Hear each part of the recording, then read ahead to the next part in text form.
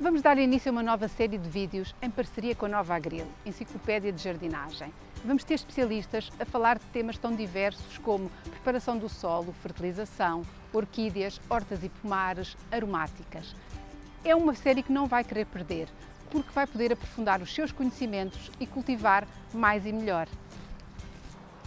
Neste primeiro vídeo vamos falar de preparação do solo e para isso temos um especialista, o José António Silva, que é engenheiro agrónomo e é o diretor técnico da Nova Agril. José António, obrigada por ter aceito aqui este convite. Exatamente. Porquê é que é tão importante prepararmos o solo? O solo, no fundo, é onde vamos fazer crescer as nossas plantas e onde queremos que elas deem flores e frutos e folhas, consoante aquilo que quisermos produzir. E para isso temos que garantir que o solo, que é a base onde as vamos plantar, tem os nutrientes, tem o arejamento e tem as condições ideais para que elas cresçam e produzam o melhor possível, sem terem carências, sem terem problemas. Quanto melhor elas crescerem e mais fortalecidas, melhor também será a nossa produção, não é? E a qualidade também das hortícolas, de tudo aquilo que colhemos da terra. Agora, há uma dúvida que muitas pessoas nos colocam, tanto no site das Jardins como na revista, que é como é que eu sei qual é que é o pH e a estrutura do meu solo?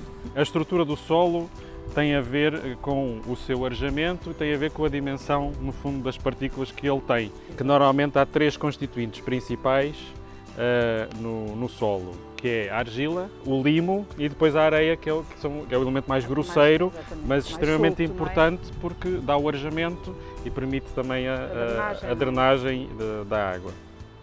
E, portanto, para além da parte visual que nós podemos fazer sempre no nosso terreno, e é importante mexer, não é? Apertar. Exatamente, e é importante que quando fazemos isto, quando fazemos esta análise, não olhar só à camada superior, e devemos entrar verdadeiramente no nosso solo para perceber o que é que ele constitui. Depois, uma maneira muito prática de poder visualizar isso e poder quantificar isso, podemos pegar, por exemplo, num frasquinho como este que eu tenho como aqui. Como o José António disse, ou seja, cavamos um bocadinho, que é para não ser à superfície, que é 30 centímetros ou mais ou menos. Sim, 20. E à amostra recolhemos dessa camada, okay. Exatamente. Depois de limpa a camada superficial. E colocamos num frasquinho como deste género, cerca de um terço da ocupação aqui do frasco. Portanto, é esta quantidade de terra, mais ou menos, no frasco. Okay. Juntamos muito interessante. Água aqui no frasco, de preferência água destilada, okay. para não ter impurezas. Para não ter impurezas e o pH não interferir. Portanto, de preferência água destilada. E depois agitamos o melhor possível e deixamos repousar durante algumas horas, o máximo tempo possível. Eu aqui já fiz.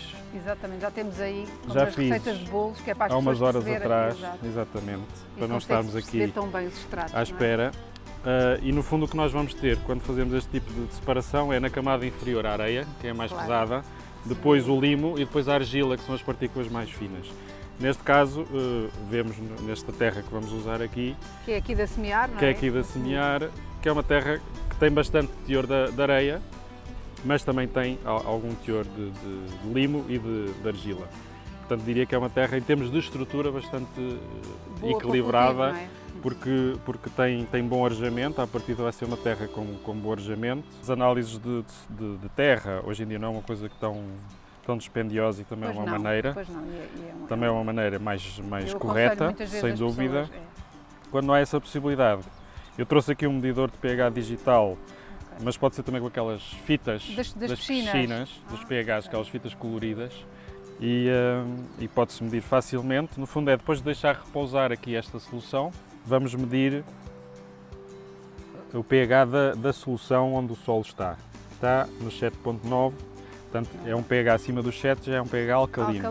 Nós temos um solo alcalino e o que é que podemos fazer para lhe baixar um bocadinho o pH e o contrário? Eu tenho um solo muito ácido, o que é que eu lhe posso fazer? Para fazer. O que é que Pronto, há várias maneiras de o fazer. A maneira mais fácil, muitas vezes, quando temos pH alto, portanto, quando temos pH alcalino, podemos aplicar enxofre, que é um acidificante. Que é este Temos aqui uma amostrazinha de enxofre, que é um acidificante muito rápido e que ao mesmo tempo é um nutriente da planta. O enxofre é um dos Acaba nutrientes, por ser um dos nutrientes, não é o mais não importante, é o macro, mas é o mas, quinto exatamente, mais importante para as plantas e portanto... E como é que se faz a aplicação do enxofre? Portanto, faz consoante o pH que nos dá, existem depois umas tabelas que nos diz a quantidade por metro quadrado que devemos aplicar, quantos quilos por metro quadrado ou quantos gramas, em função da diferença de pH. Exatamente, não é, se temos um pH 8, se temos um pH 7, quanto mais alto o pH, mais enxofre teremos que aplicar. A outra maneira de baixar o pH é através de compostos orgânicos de reação ácida, pronto, como por exemplo a turfa.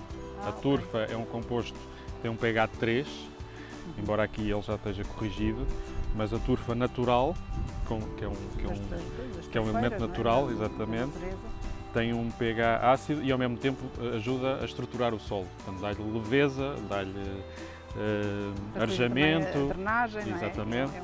Quando queremos subir o pH, podemos usar o calcário, que é um basificante do solo e que também nos permite corrigir rapidamente E também para sabermos como aplicar, também vamos ver também tem tabelas, também há tabelas o pH, nos diz quantos quilos devemos aplicar por metro quadrado. E uma coisa, por exemplo, agora estamos a preparar o nosso solo. Antes de fazermos o que vamos falar a seguir, que é a adubação de fundo, devemos fazer a correção. Sim. Não é? A correção é sempre anterior. Exatamente, a correção deve ser sempre o primeiro passo e deve ser feita até algumas semanas antes da correção de solo, dos corretivos de adubos e da plantação. E depois, o que é a adubação de fundo? Que é uma coisa que as pessoas muitas vezes liem, quando vai plantar não sei o que, deve fazer uma adubação de fundo. E eu acho que as pessoas muitas vezes não sabem a diferença, o que é uma adubação de fundo. A adubação e com o que é que nós podemos fazer? Por exemplo, neste caso que é uma produção bio, e noutros casos em que não seja.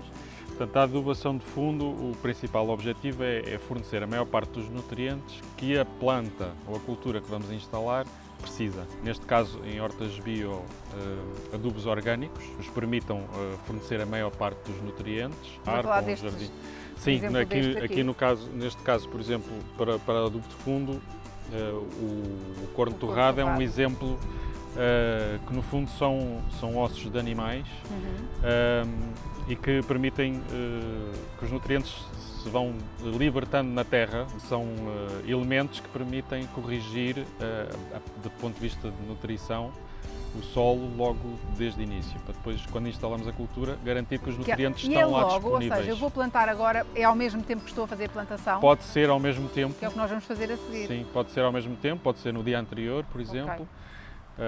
Incorpora-se e incorporar e depois fazer a plantação.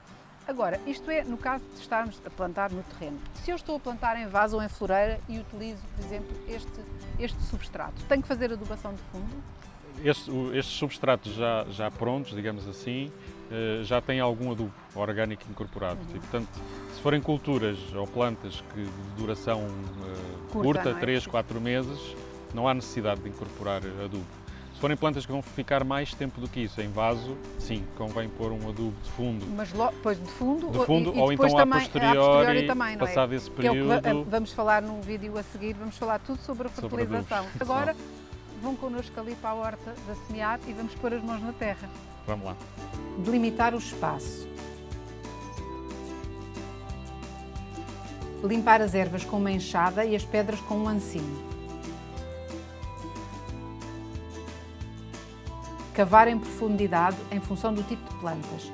Hortícolas até 20 cm e árvores até 50 cm. Alisar o solo com um ancinho. Analisar a textura e o pH do solo. Adicionar e incorporar adubo de fundo. Adicionar e incorporar os corretivos de solo. Em solos ácidos, calcário.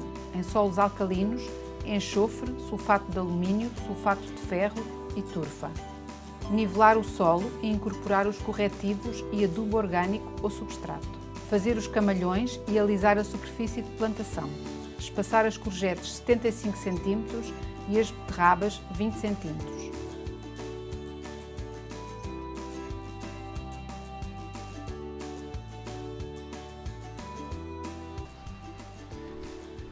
Portanto, já preparámos, já plantámos e agora é esperar que as culturas se desenvolvam, não é?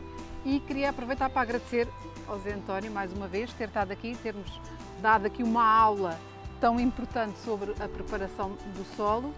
E já agora aproveito para convidar as pessoas a verem o próximo vídeo, também aqui com o Zé António, que vamos falar de fertilização ou adubação, que na realidade são a mesma coisa. Sim, não é verdade? Exatamente. Portanto, agora que aprenderam a preparar e a plantar, não percam o próximo vídeo para aprenderem a fertilizar, para que as vossas plantas se desenvolvam sempre em boas condições.